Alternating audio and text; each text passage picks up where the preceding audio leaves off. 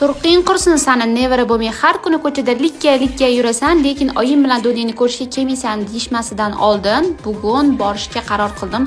Sharmanda o'zi bir hafta больницада yotib davolanib chiqishibdi, lekin bir marta ham xabar olishga bormaman, bilmay qolman. O'shaning uchun sirazu yaxshi ko'rishadigan ovqatiga kalla pochcha hasb bilan qilib bir to'g'ri qilib chiroyli qilib borib kelay deb bugun harakatni boshladim. Xo'jayinim kutib bergan kalla pochcha hasblarini bir kun tindirib qo'yib, keyin bo'lsa qotgandan keyin shunaqa piskada hamma joyini top-toza qilib himchaska qilib chiqdim. Qo'ydim bo'lmaydi, sirazu kuydirgan kalla pochchani solib qaynatishga.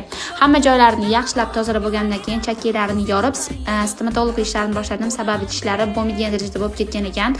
Yaxshilab yuvib, tozalab, tishlarini qoqdim. To'g'risini tishini qoqish va chakini yorish ancha qiyin bo'ldi. Qo'limni ham yomon kesib oldim shu joyiga, tishi o'tkir bo'lar ekan.